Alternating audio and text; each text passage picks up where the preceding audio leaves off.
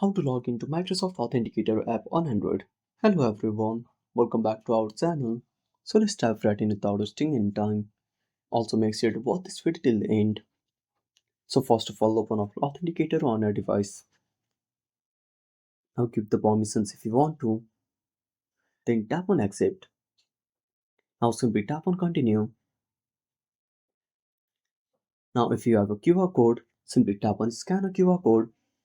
Then give permission. Now scan the QR code and you will log in automatically. Or you can simply tap on sign in with Microsoft. Again wait for some time. Now enter your email address, then tap on next.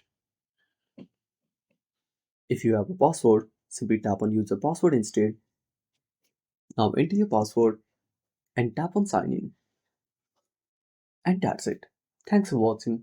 Make sure to subscribe our channel and hit the bell icon. See you in the next video.